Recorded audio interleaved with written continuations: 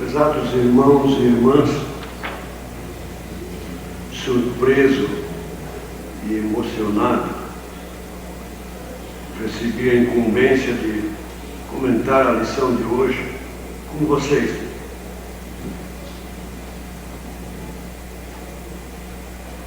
Relembrando a década em que aqui me revezava com o irmão Andreata e outros lecionadores,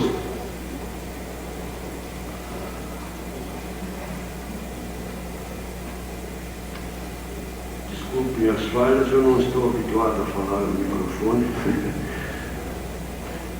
Deve fazer 10 anos que eu não me dirijo a ninguém pelo microfone. Nessa nova fase e nessa minha oportunidade, que eu não sei se repetirá nem quando,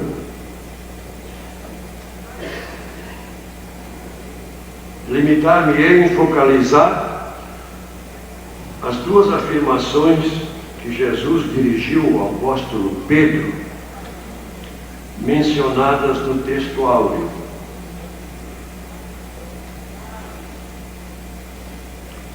Porque o comentarista já se reportou à história da igreja, as perseguições do passado e do presente, e os irmãos sabem muito bem que a igreja militante sempre enfrentou as portas do inferno, mas sempre saiu vencedora. Então, as duas afirmações de Jesus dirigidas ao apóstolo Pedro são: a primeira, tu és Pedro, e sobre esta pedra edificarei a minha igreja. Revendo lá os meus arquivos, a última vez que comentamos este assunto foi há cerca de 9 anos passados. Mas após 2 milênios, os estudiosos das Escrituras Sagradas ainda continuam divididos quanto à pessoa a quem Jesus teria dirigido sua afirmação. Dentre as diferentes opiniões, as 3 principais são: primeiro, a pedra é a confissão de Pedro. Segundo, a pedra é Cristo. Terceira, a pedra é Pedro. A primeira, a pedra é a confissão de Cristo, é aceita, até onde eu tenho investigado, é aceita por poucos. E é a menos natural, subjetiva até, e até certo ponto abstrata, para significar pedra. Porque mesmo no sentido figurado, Jesus estava falando em pedras. E é difícil, os mais acurados estudiosos encontram dificuldade para associar a uma linguagem, mesmo que figurada, mas no aspecto literal, a uma mera confissão de uma pessoa. Pedra é algo que se coloca no fundamento, uma confissão é algo abstrato. Mas é a interpretação de nossa Bíblia pentecostal de estudo.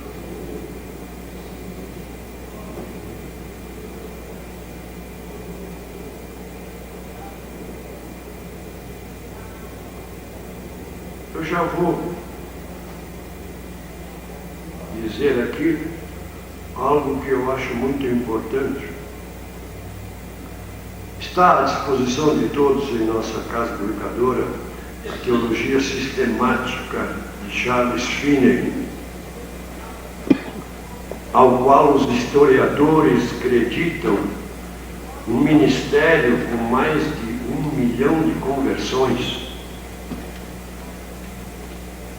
Ele escreveu nessa sua obra, no prefácio, palavras assim: mentes finitas devem avançar no conhecimento.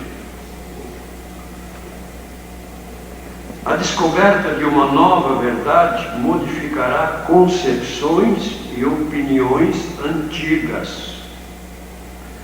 E talvez esse processo não tenha fim em mentes finitas, mas mantenha a mente aberta para receber os raios da verdade e mudar opiniões.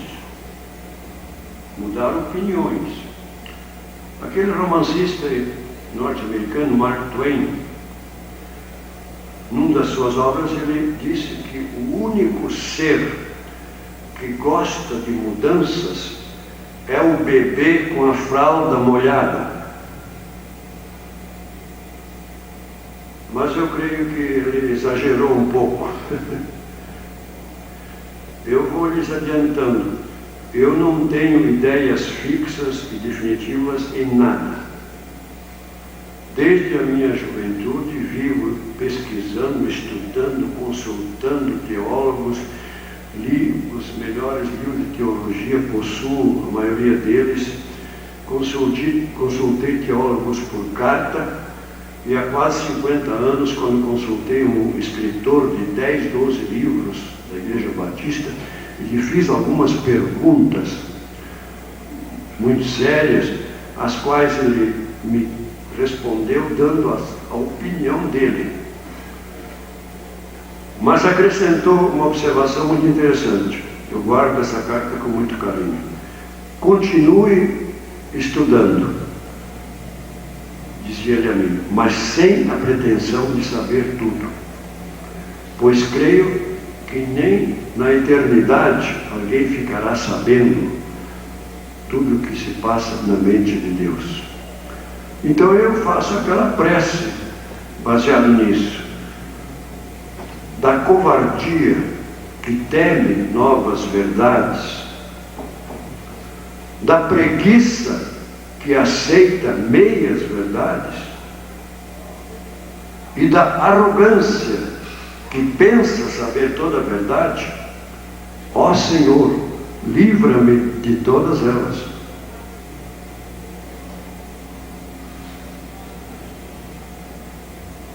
Prossegue Finney ainda nessa pequena introdução. Mantenha a mente aberta para receber os raios da verdade e mudar opiniões.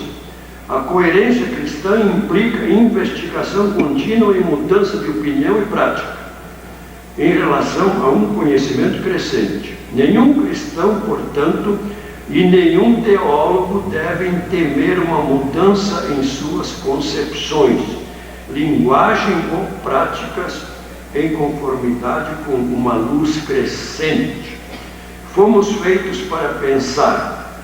Deus determinou que a religião exigisse pensar intenso, e desenvolvesse nossa capacidade de pensamento. A própria Bíblia é escrita em estilo tão condensado para exigir o mais intenso estudo. Então, só porque a nossa Bíblia Pentecostal de Estudo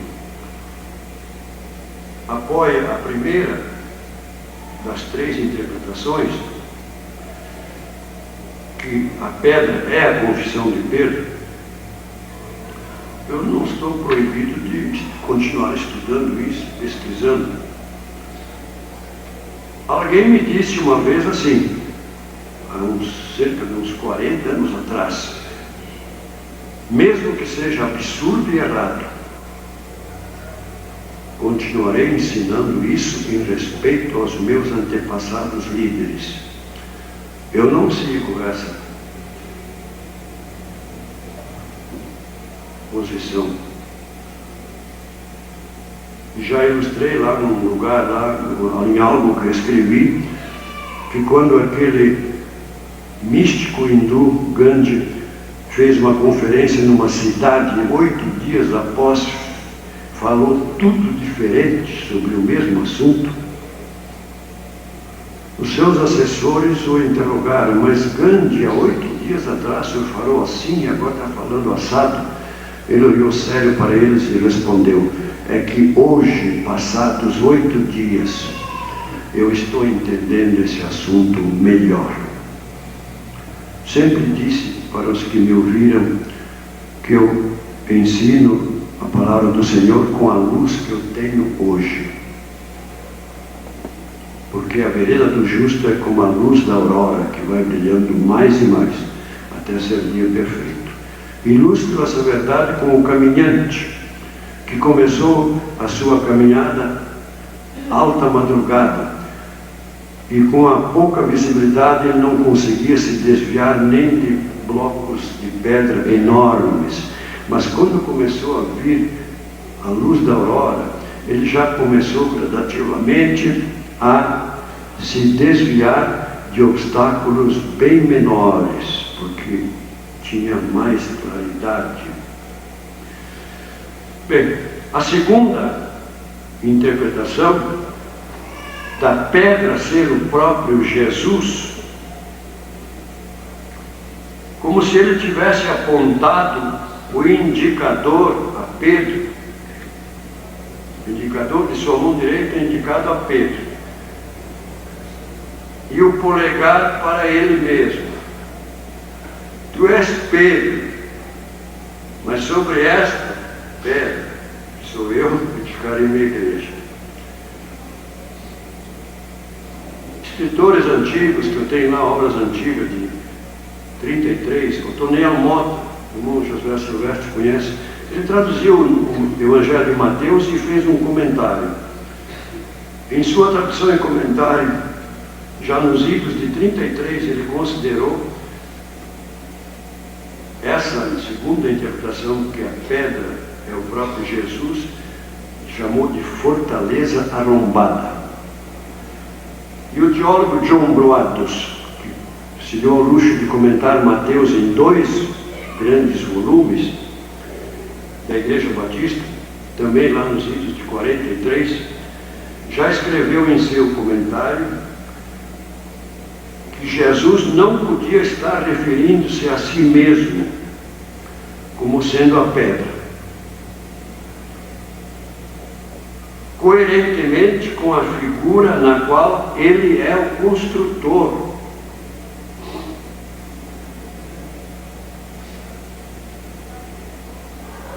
Pois, dizendo, eu edificarei a minha igreja, eu sou a rocha sobre a qual edificarei, seria uma figura confusa. Dizer, tu és Pedro, e sobre esta pedra, referindo-se a ele mesmo, envolve um artificialismo repulsivo a qualquer mentalidade, palavras desse comentarista. E ele considera também fútil o argumento dos pronomes demonstrativos, gramaticais, de lugar, essa e esta, uma se referindo à pessoa que fala e a outra com quem se fala. Considera isso fútil. Várias vezes consultei telegramáticas, que vez por outra, quando tenho uma dúvida, eu ligo para a telegramática. Ainda essa semana eu liguei, a senhora lá que me atende, que me conhece há muitos anos, ela enrolou sobre essa e esta e não me deu uma explicação clara. Nossa gramática também é tremenda. Essa e esta. 2 pronomes de lugar, mas que lá em Florianópolis, há 60 anos atrás, acompanhei pelo jornal O Estado uma disputa por escrito de 2 professores de português. Um escrevia meia página e depois o outro respondia com outra meia página, só discutindo. Um dizia que Lages é com J e o outro dizia com G. falecido tio da minha esposa, o Dr. Guilherme Butler, que formou-se em pedagogia nos Estados Unidos, ele fez uma conferência na Igreja Batista, em Urubici, onde eu morava, sobre o homem educado. E ele citou 3 características do homem educado. As 2 primeiras eu não me recordo, mas ficou gravado na minha mente que ele disse que o homem educado é aquele que fala corretamente a sua língua. E eu, até hoje, fico perguntando, será que existe uma pessoa educada? Porque a troca de pronomes tu por você, de primeira e segunda, eu ouço em todas as mensagens, em todos os sermões, misturando a segunda pessoa com a terceira, tu e você, quando você devia ser usado só seu, sua e não tu. Então eu encontro dificuldade de partir para a gramática para explicar interpretações bíblicas, até porque temos diferentes versões. Terceira interpretação, a pedra é Pedro. É uma das mais fortes interpretações dentro do catolicismo e de boa parte dos exegetas evangélicos. De longa data é a minha interpretação. A pedra é Pedro. Não obrigo ninguém a aceitá-la. Sempre que leciono algo, posso eventualmente dizer a minha posição, mas ninguém é obrigado a segui-lo. Também não vou tão longe como aquele pensador que disse que há pessoas que são muito cuidadosas e preocupadas e que se apegam à sua própria opinião, não porque seja verdadeira, mas porque é sua. É minha, então eu fico com ela. Não procura saber se é verdadeira ou não. Agora, a pedra é Pedro, a diferença está na conclusão. A igreja primitiva via em Pedro apenas a preeminência, que em latim significa primus inter pares, que traduzido é: Pedro foi o primeiro entre os iguais, sendo apontado por Jesus só porque naquela ocasião ele dialogava com Jesus e encontrava-se mais próximo dele. Se não fosse Pedro que estivesse dialogando e fosse João, Jesus teria se dirigido não a Pedro, possivelmente. Agora tem um mas. Somente por isso que Pedro estava próximo e Jesus indicou a ele: tu és Pedro, e sobre esta pedra edifarei a igreja. Só por isso atribuir a ele algum destaque e supremacia sobre os demais discípulos não é correto. E toda a pretensa linha sucessória dele também não.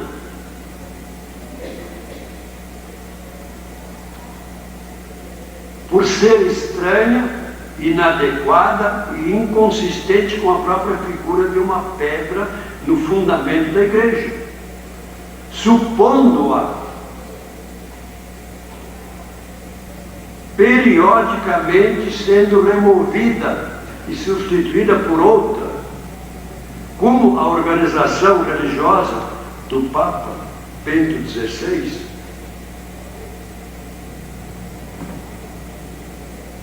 considera, afirma. Bento XVI, alguns não saibam, é o 266º Papa. O Papa número 266. Quem sucedeu a Pedro foi um tal de Lino. Depois vieram as 2 centenas e mais de outros. algo que literalmente nenhum construtor sensato jamais faria, de periodicamente ficar substituindo parte do fundamento do edifício. Há 60 anos atrás, meu pai construiu um sobrado que está lá ainda, e o fundamento foi feito de pedras.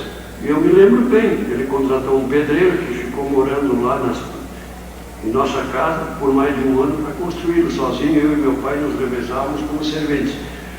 E meu pai mandou trazer pedras, e ele foi preparando. Ele teve que lançar uma mão de uma pedra para começar o fundamento. E, casualmente, ou não, ele lançou a mão da que estava mais próxima dele.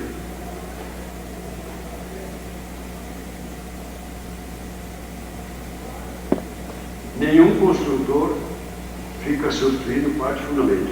Se Bento XVI é um salvo, e todos os outros anteriores foram, eles devem estar nessa milenar construção da igreja em outras alturas do edifício. Não estou entendendo o que eu quero dizer? Nas fileiras superiores. Eu disse na minha última mensagem de Natal que essa milenar construção está em acentuada fase de acabamento. Então, as pessoas que estão se convertendo agora, se é que o edifício da igreja está sendo montado, porque eu vou explicar daqui a pouco, que para mim ele será montado definitivamente só no céu. Mas se ele está montado aqui na terra, então quem irá se converter hoje, ele será colocado como se por um edificador, que Jesus disse que ele era o edificador da sua igreja, lá nas últimas fileiras, já numa altura acentuada. Nunca trocando o fundamento. O que é isso, meu senhor Papa? Bom, ele foi nazista, coparticipante. Quem quiser saber algo dele, leia os 2 volumes de David Young, historiador. A Mulher Montada na Besta. É de arrepiar o cabelo. Ele foi coparticipante como militar na Segunda Guerra do Holocausto, da morte dos irmãos de Jesus. Bem, concluindo essa parte, os irmãos estão entendendo o que eu quero dizer? Os estudiosos já disseram isso em muitas obras. É impossível Jesus usar uma figura absurda de alguém estar substituindo uma pedra do fundamento por um sucessor seu. É esse o argumento. Em toda a história da igreja, sabemos apenas de uma substituição. Alguém se lembra qual é? Judas Iscariotes por Mateus. Está em Atos 1, 25 e 26. Essa é a única substituição de pedra de fundamento. Depois disso, as sucessivas pessoas que vão se convertendo vão sendo colocadas não mais no fundamento. Por sua vez, aproveitando já a autoridade de ligar e desligar pessoas da comunhão, atribuída somente a Pedro. Eu estou aqui desfazendo um argumento do catolicismo, por enquanto. A autoridade que foi dada a Jesus no mesmo capítulo 16, mais adiante, no versículo 19, tu és Pedro, darei chaves do reino dos céus, e autoridade para ligar e desligar. Logo depois, no capítulo 18, versículo 18, foi extensiva aos demais, porque no capítulo 18, Jesus disse, não disse tudo o que ligares, o que disse a Pedro, mas disse tudo o que ligardes, incluindo os demais. Então não foi uma autoridade exclusiva a Pedro para ser o Papa.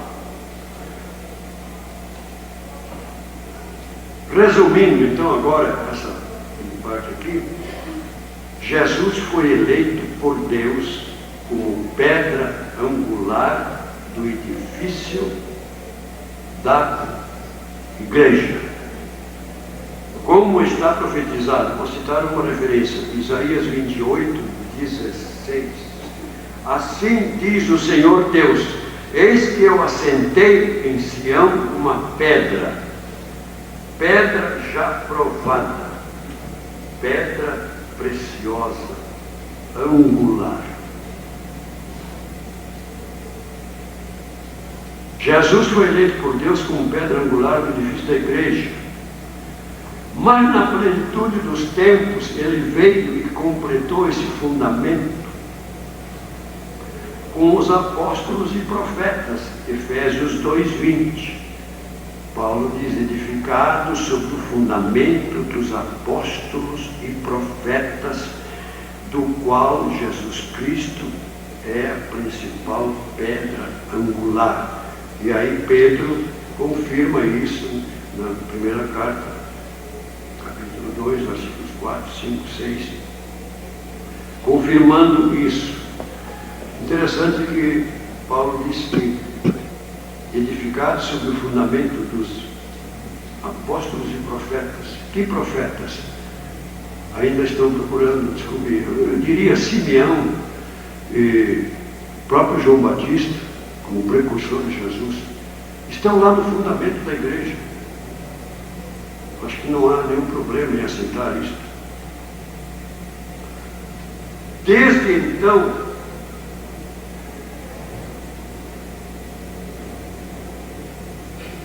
Jesus, pela instrumentalidade do Espírito Santo, soberanamente vem retirando da pedreira bruta, usando essa figura de pedra, Jesus soberanamente vem retirando da pedreira bruta desse mundo as pedras que ele vem vivificando. Por isso que ele morreu. Todo salvo é uma pedra viva, vivificada pelo Espírito Santo, através do novo nascimento. Antes era uma pedra morta, porque em Adão todos morreram. E deste Cristo agora Deus. Para alguém fazer parte do edifício da igreja tem que ser vivificado. Isso acontece pelo novo nascimento, não é o nosso assunto hoje. Jesus vem vivificando, lapidando e adequando cada pedra morta que o Espírito Santo vivifica. Jesus vem lapidando e adequando a essa sua milenar edificação da igreja. Isso eu creio que está claro. Há alguma dúvida sobre isso?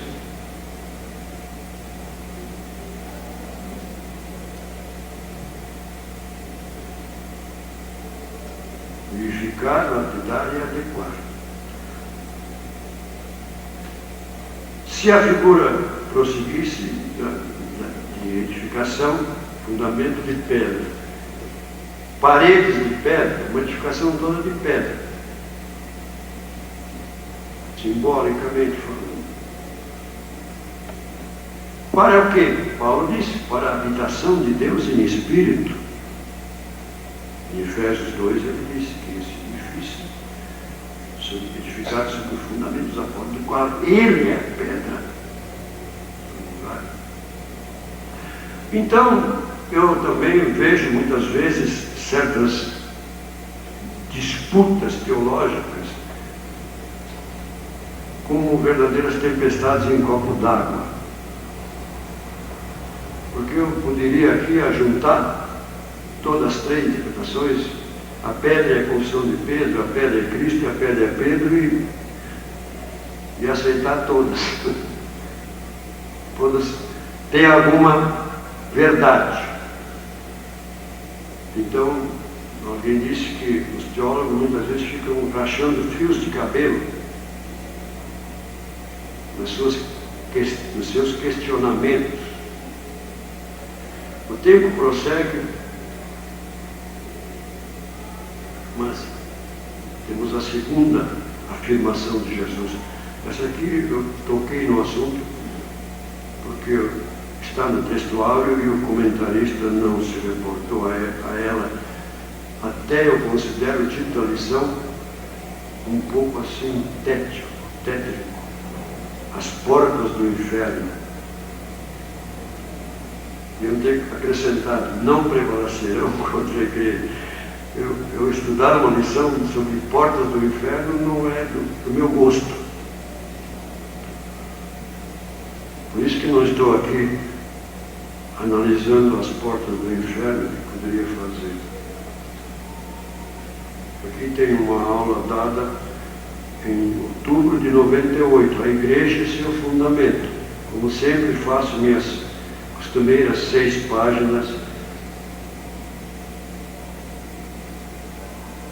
para comentar o assunto. Mas é sério aqui agora. Segundo a afirmação de Jesus, então, as portas do inferno não prevalecerão contra a igreja. O que Jesus quis dizer com isso? Anotei aqui pelo menos 3 motivos importantes. Jesus estava afirmando, primeiro, que a igreja nunca será vencida. Segundo, a igreja nunca deixará de existir. Terceiro, a ressurreição e o arrebatamento de todos os salvos não será impedido.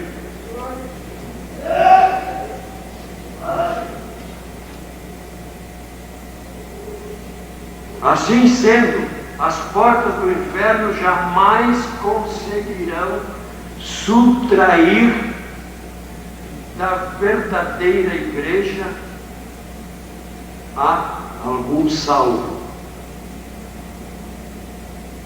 Eu quero adiantar aqui que eu acredito muito nas palavras de Jesus. Desde a minha infância, estudando a Bíblia, eu acredito que quando Jesus afirmou algo, ele afirmou falando a verdade. E agora que é o ponto importante aqui da lição de hoje. As portas do inferno não prevalecerão contra a igreja. A nossa Bíblia de estudo pentecostal tenta,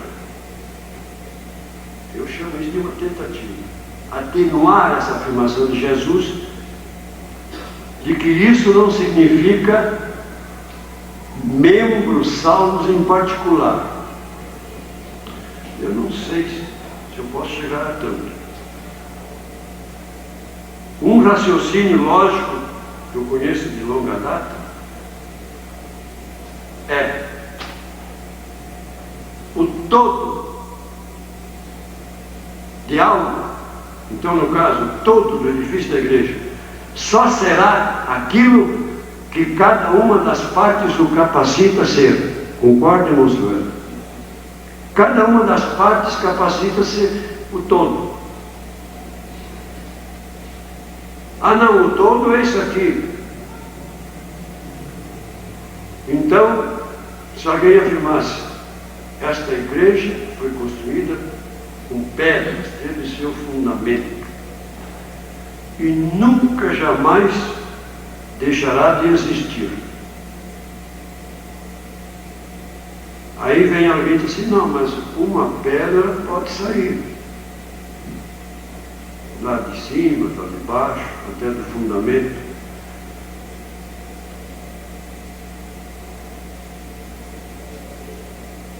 É sério isso?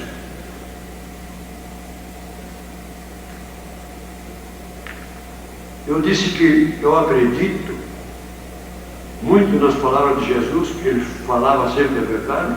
Então eu vou citar aqui João 10, 27 e 29, que ele disse assim, as minhas ovelhas ouvem a minha voz, eu as conheço, e elas me seguem, aqui individualmente, aqui não é coletivamente. Eu lhes dou a vida eterna, jamais perecerão, eternamente. E ninguém as arrebatará da minha mão. E como se isso não bastasse, ele acrescentou, e da mão de meu Pai, ninguém pode arrebatar. Aqui está falando individualmente. Já disse lá em outras lições anteriores, que muitos aqui não estavam presentes, confirmo aqui nesta manhã. Jesus ensinou o mesmo em 3 parábolas registradas em Lucas 15, 3 a 32. A parábola da moeda, da ovelha e do filho pródigo. E eu gosto de Jesus porque ele não se contradisse nessas parábolas. Os adventistas, quando a gente pega no pé que Lázaro dialogou com o rico, e eles ensinam que morreu, fica inconsciente, eles dizem que isso é parábola.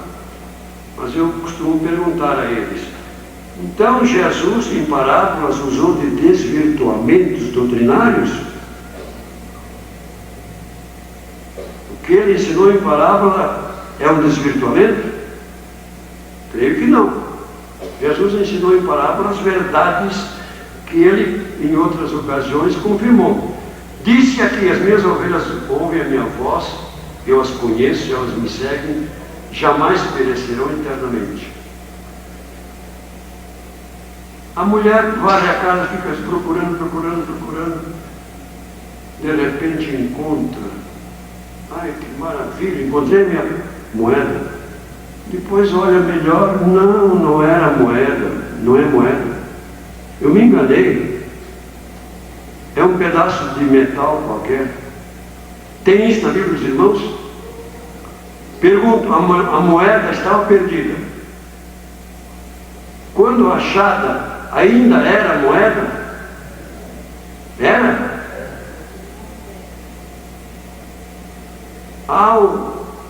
O pastor deixa 99 ovelhas no deserto e vai à procura da 100ª, aquele lindo, bonito hino do Zéu de Paulo.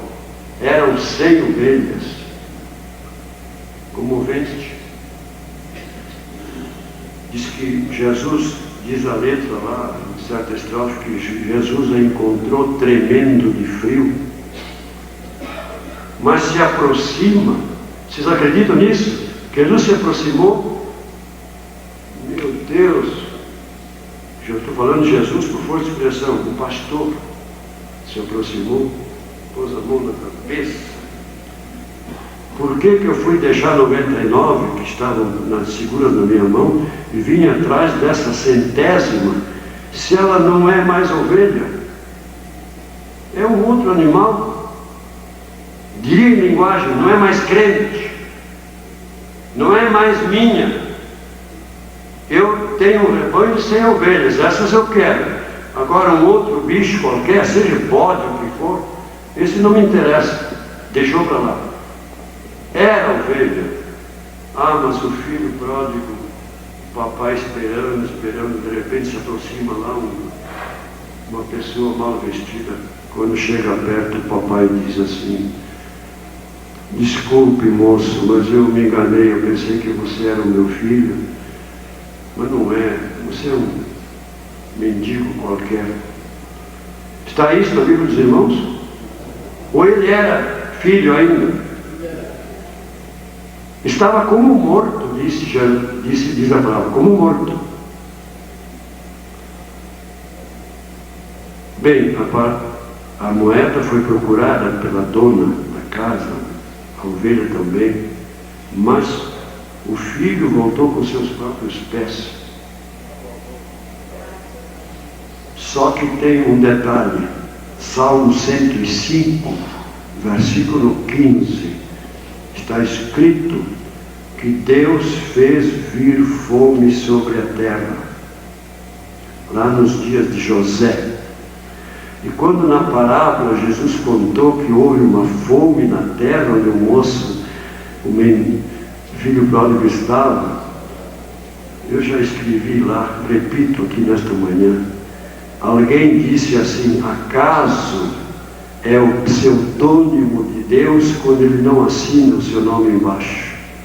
Alguém diz assim: por acaso houve uma fome na terra onde o filho pródigo tinha ido? Não é acaso.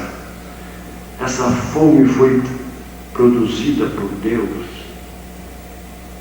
para trazê-lo de volta.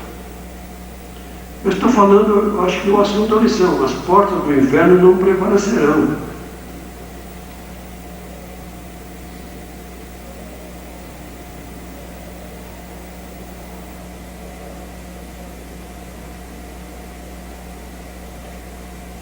Não prevalecerão contra a igreja. Contaram-me que um filho desviado do irmão Minervino, quantos se lembram? Alguém aqui mais antigo se lembra? No tempo que eu toquei na banda, por 17 anos, fomos uma vez tocar na congregação que ele dirigia, se não me engano, era no Pilarzinho. Irmão Minervino, um pouco manco da perna. Alguém daqui da igreja me contou que um filho dele, desviado há muitos anos, sofreu um acidente de carro, bateu numa árvore e morreu. E estavam então estudando como fazer a cerimônia fúnebre dele, já que ele estava fora da igreja. E apareceu uma senhora e disse: eu vinha logo atrás com o meu automóvel e quando vi que ele bateu na árvore, eu estacionei e fui me aproximando, e quando cheguei perto, ouvi-o orando, falando com Deus.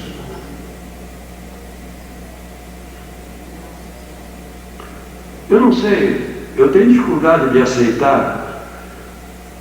Pode ser que alguém de vocês aceite. Eu não consigo aceitar isso. Que Jesus pagou o maior preço do mundo por uma alma, com a sua própria vida, seu sangue. E como eu disse já certa vez, Jesus não é cambista nem mercador para vender essa alma na próxima esquina. Pedro, agora o irmão não chegou até lá, mas o versículo 9 desse mesmo capítulo 2, da sua primeira carta, diz que nós somos povo de propriedade exclusiva de Deus. Assim diz a minha versão atualizada. O que significa ser propriedade exclusiva de Deus?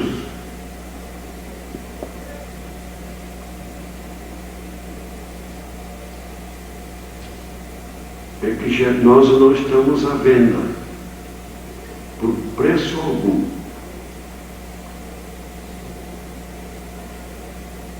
Então a dificuldade que eu tenho de aceitar que Jesus paga pela minha salvação o maior preço do mundo, a sua própria vida, e quando ele for me levar pela morte, ele irá procurar uma oportunidade em que eu esteja frio na fé, meio desviado, meio desanimado com a igreja.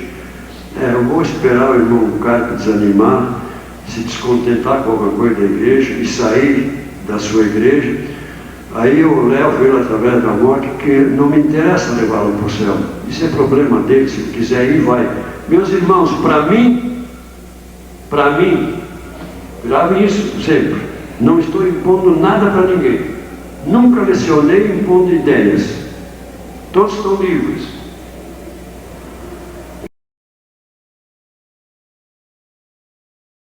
Defendo o maior princípio democrático que eu conheço, de ouvir uma pessoa me dizendo algo e depois eu dizer a ela: olha, cidadão, não concordo com nada que o senhor acabou de me falar, mas defenderei até a morte o seu direito de falar. Porque a liberdade de divergir é que mantém unidos os que divergem. Então Jesus irá procurar uma ocasião em que eu estiver frio na fé ou até desviado, para me levar com a morte, porque a salvação é uma responsabilidade minha. Meus irmãos, a salvação é mútua. Leiam em Efésios capítulo 1, versículos 13 a 14, nós vamos herdar Deus. Está lá. A salvação é uma herança nossa. Mas no versículo 18 do mesmo primeiro capítulo de Efésios, diz que nós somos herança de Deus.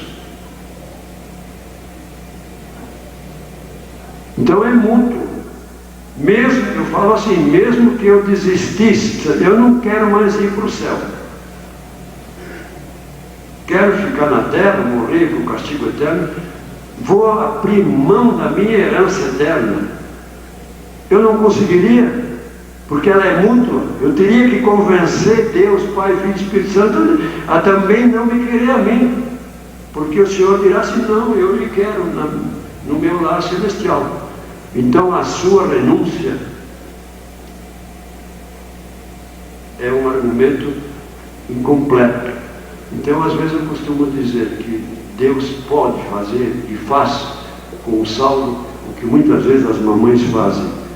Eu não quero, pega a criança esperneando e leva para onde ela quer. Eu acho que Deus é um pouquinho mais poderoso que uma mamãe para levar um salvo para a sua glória.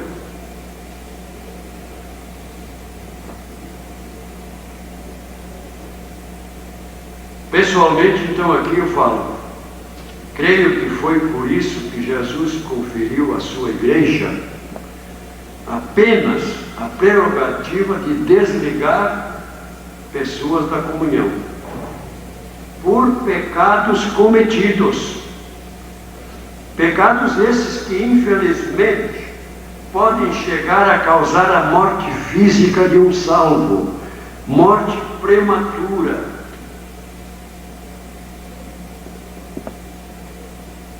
Morte prematura de salvos é possível, é bíblica. Paulo citou um caso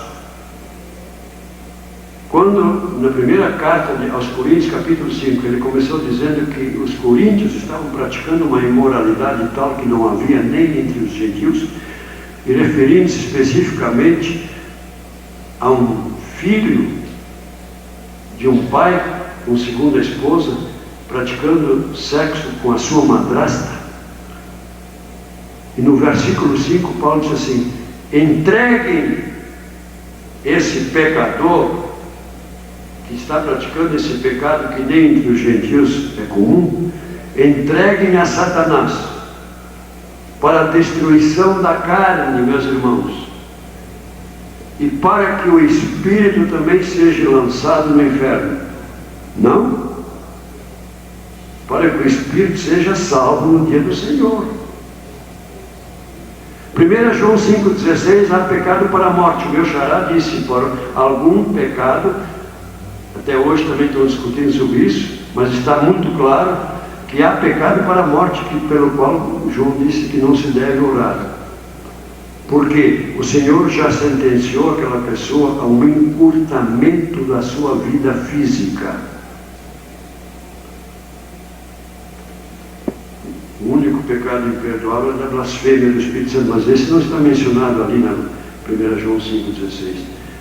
Pecado de encurtamento da vida física por ser muito grave diante de Deus. Mas aí vem a de Paulo, que ele se sofra até a morte física, mas que o espírito seja salvo no dia do Senhor. O mesmo eu posso dizer de Ananias e Safira, Atos 5:13.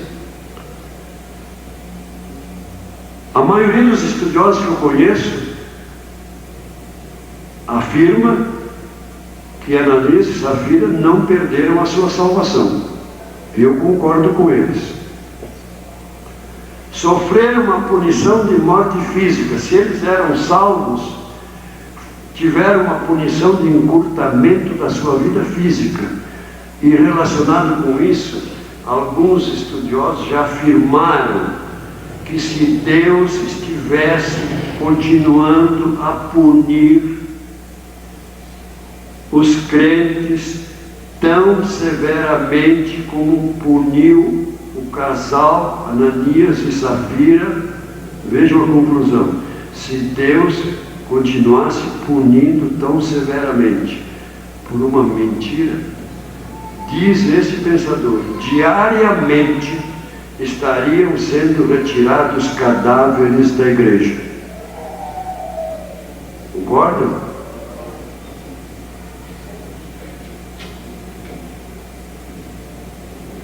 Estariam sendo levados para o cemitério.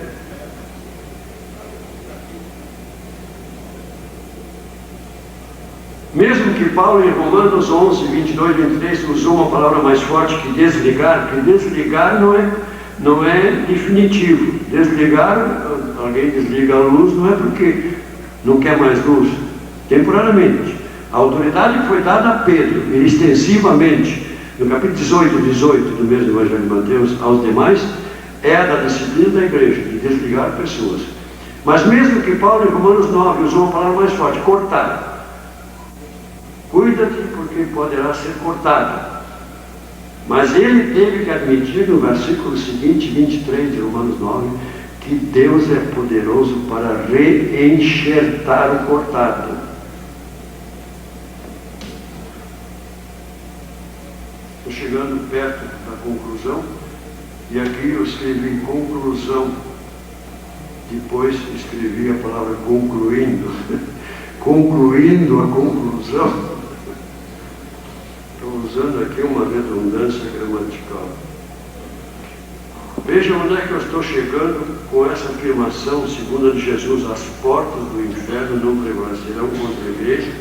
E eu coloquei aqui que a ressurreição e o arrebatamento de todos os salvos não será impedido, porque as portas do inferno não prevalecerão. Inferno, Hades, Seol é o lugar dos mortos. Não vou entrar nesse detalhe, que isso aqui é outro assunto, mas diria apenas lugar dos mortos. Então eu coloquei aqui o seguinte, nessa primeira conclusão: os únicos buracos, considerando a igreja como se ela estivesse sendo construída aqui na terra, em fase acentuada de conclusão, imaginando que a igreja verdadeira, composta de salvos, é realmente um edifício literal que já está quase no telhado. Concluindo isso, então eu escrevi aqui: também não obrigo ninguém a aceitar essa minha posição. Os únicos buracos vazios nas paredes da igreja, considerando literalmente os únicos buracos vazios, posto que a única substituição, eu disse que o Papa está errado porque ele não é substituto. Se ele é crente, ele está lá em cima na parede e não no lugar de Pedro. E Pedro não foi substituído nunca. E se a única substituição foi a de Judas Iscariotes por Mateus, então o raciocínio que eu quero deixar aqui, a ideia para os irmãos pensarem nisso, é que na milenar construção da igreja não existe, por regra, substituições de pedras. O seu fulano de tal está desviado da igreja, foi desligado pela autoridade da igreja, está fora. Então, como se Jesus dissesse assim: o próximo que se converter eu vou colocar nesse lugar. Isso não existe. Aquele lugar está vazio. Então eu coloquei aqui: os únicos buracos vazios nas paredes da igreja militante atual só podem ser dos salvos que já morreram.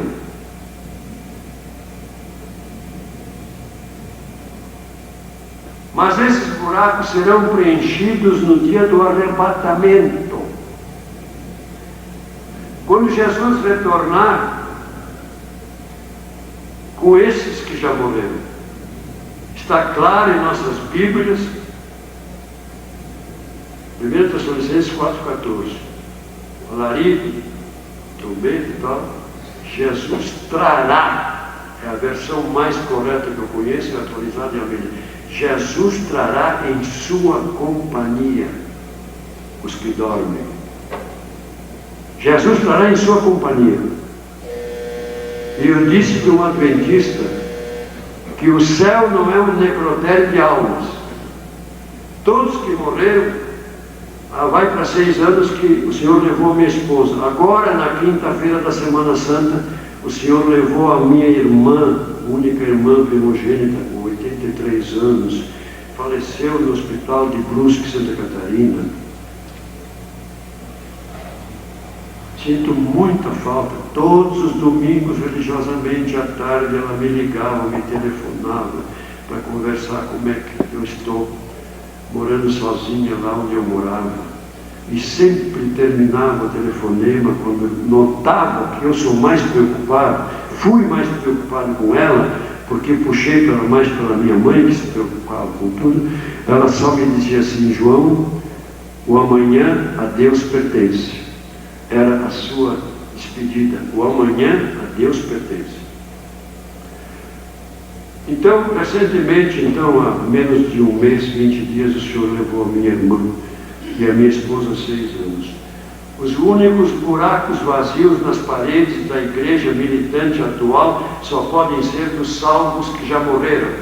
Serão preenchidos no arrebatamento, que Jesus trará essas almas em sua companhia, como diz 1 Tessalonicenses 4,14, para que essas almas recebam o novo, imortal, eterno e espiritual corpo.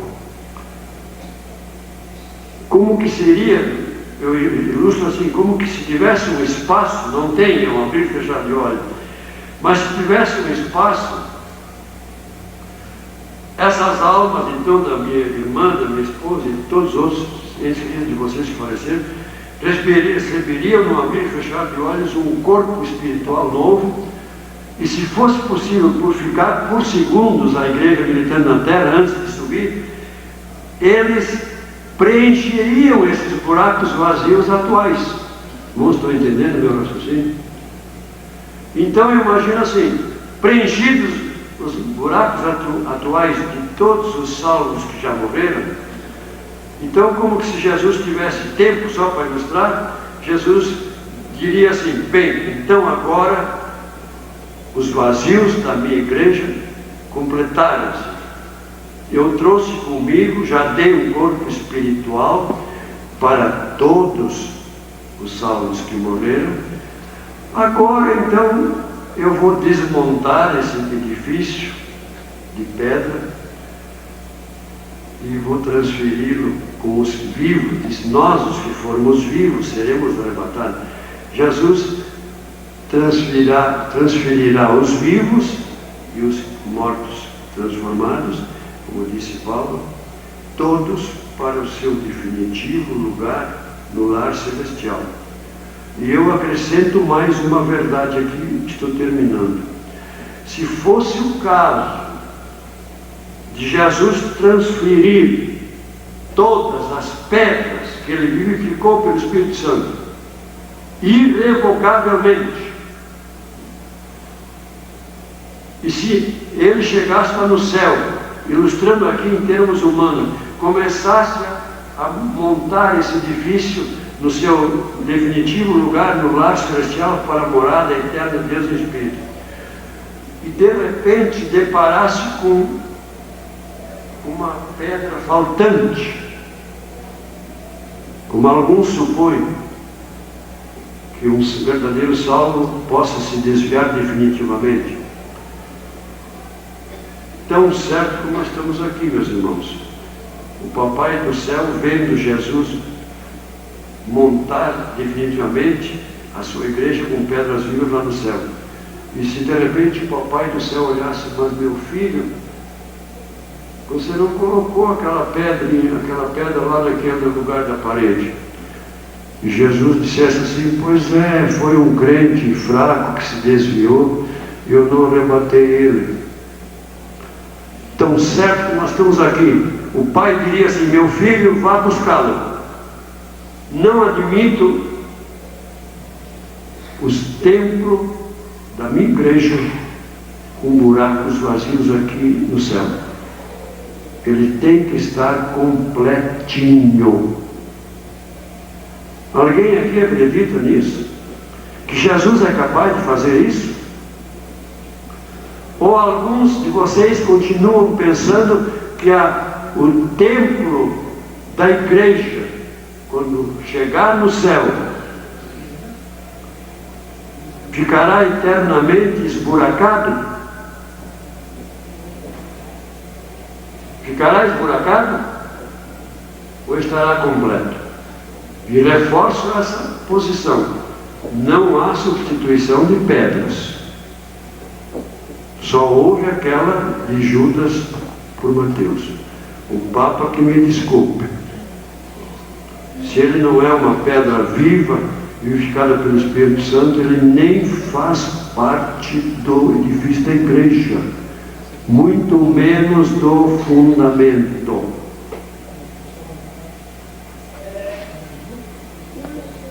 Jesus jamais irá transferir sua igreja a seu definitivo lar celestial incompleta e com buracos. Agora a palavra concluindo. Sempre que tenho que explicar assuntos polêmicos, como este hoje, com mais de uma interpretação, deixo cada um inteiramente à vontade para aceitar ou ficar com a opinião que achar mais correta.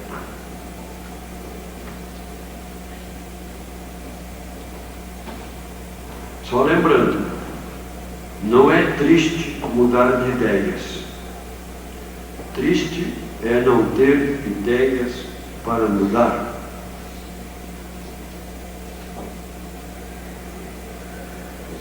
Amém.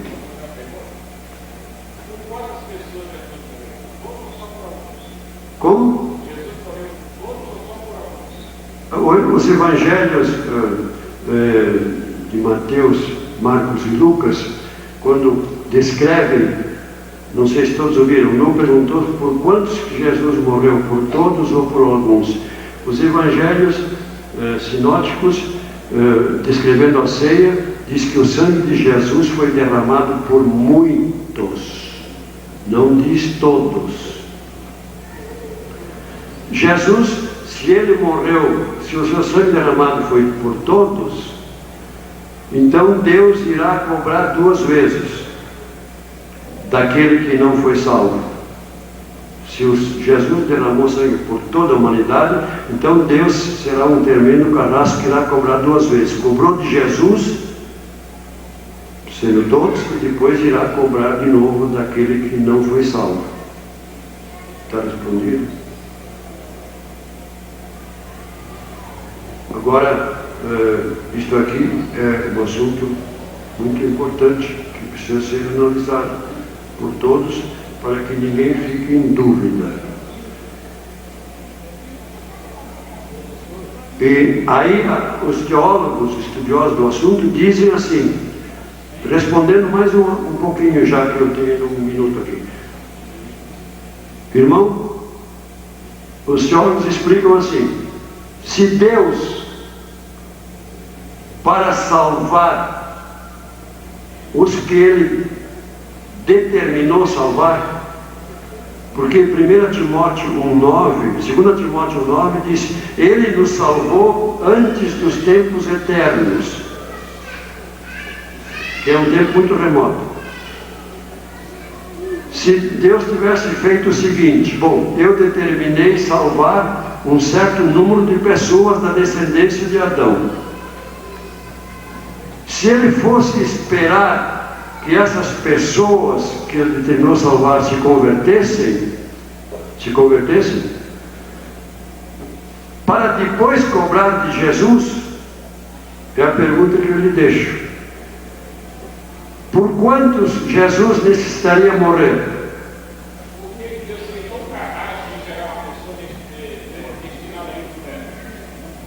Não, eu só pergunto isso. Por quantas pessoas Jesus teria que morrer se ele esperasse para Jesus sofrer por elas?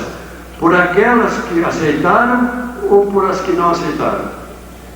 Se uma pessoa espera alguém contrair uma dívida para depois pagar, ele só vai pagar a dívida que foi contraída, certo? Agora que Deus é carrasco, aí é uma outra história, né? Porque Deus não é carrasco. E a eleição de pessoas para a salvação não é por causa de outra, senão do pecado de Adão e Eva. Deus deu a oportunidade para toda a raça. Ali estava toda a raça. E como eles não quiseram, Deus não está obrigado a salvar ninguém. Essa que é a verdade. Biblicamente, Deus não tem obrigação nenhuma, porque todos em Adão desobedeceram. Se um rico quer beneficiar um pobre, favelado, dando uma mansão para ele, ele não pode ser culpado de injusto, só porque não beneficiou os outros. Porque Jesus perguntou, quem pode ler lá em Mateus 20:15, porventura não me é lícito fazer o que quero do que é meu? Jesus disse, me é lícito dar o que eu quero a quem eu quero. Ninguém merece. Mas eu quero enriquecer uma pessoa, não posso ser culpado de injusto porque não dei para outra. Eu não sou culpado. Amém?